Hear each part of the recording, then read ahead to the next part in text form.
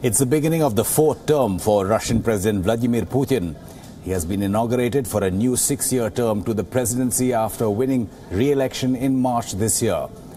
The ceremony took place at the Kremlin, which began at about noon Moscow time. The synchronized entry at the iconic Kremlin was witnessed and cheered by thousands who were invited to be present at the venue.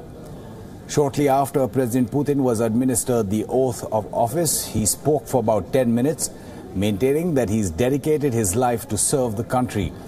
Most of his speech focused on the need for Russia to keep up with ever-fast changes in the world. While he noted that Russia will continue to be a leader in geopolitics, he focused nearly his entire speech on the need for improvement in internal affairs.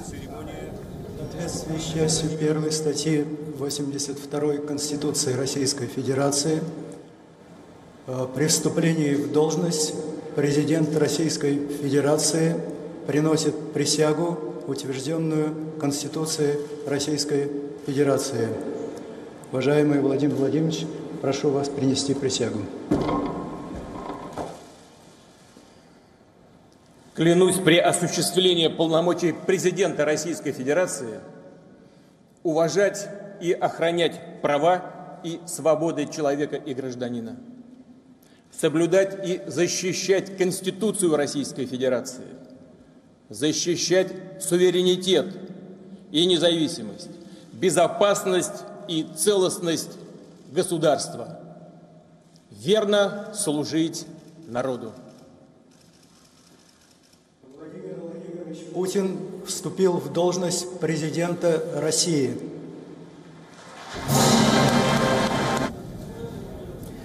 Jessica King now joining us live from Moscow.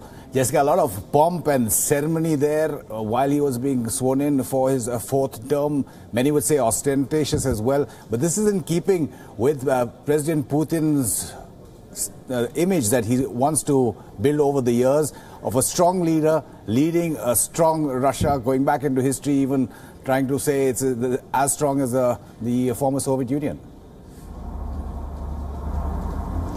Yes, absolutely. I think you're right. He's definitely projecting a strong image here today. He was in a very ornately decorated hall in the Grand Kremlin Palace when he placed his hand on the gold embossed copy of the Constitution, and 5,000 dignitaries, some of them from all across the world, coming to witness his inauguration, his fourth inauguration, as he swore to serve the Russian people, to safeguard rights and freedoms, and to protect Russian sovereignty sovereignty. So for the short journey, as you say, from his office to the inauguration ceremony, he travelled in a new Russian-made limousine. Again, a sense of Russia putting its best foot forward today. And he said that from now on, this limousine will replace the fleet of imported vehicles that Putin uses. So some news agencies were saying that actually this was slightly more low-key than previous years. This year, he didn't go through with a cortege through the city centre streets. He just took a short journey in this new limousine to where the inauguration took place. But as you say, still a lot of pomp and ceremony, a lot of beautiful uniforms of the people there, and yeah, all in all, a show that Russia is, has a strong leader and is a strong country. Jessica, again, when he completes his fourth term, he will probably be the fourth longest reign, if I can call it that, because many of the opposition call him a czar in Russia in terms of its history. But in terms of the opposition, now he may have won 70% of the vote, but Alexander Navalny was not allowed to contest. So how does that pan out, the opposition across the country to President Putin and his policies over his next term? Yes, well, as we saw over the weekend here in Russia and in Moscow, there were thousands of arrests as people took to the streets in anti-Putin demonstrations. I think what we know is that the Kremlin don't often comment on these kind of opposition, so it's hard to know what they really think about it. They simply said that these protests weren't sanctioned and described them as irresponsible behaviour. So it's difficult to know what the Kremlin really think about all these opposition protests, and they don't really try to get to the core of what these people are unhappy about, these people who didn't vote for Putin.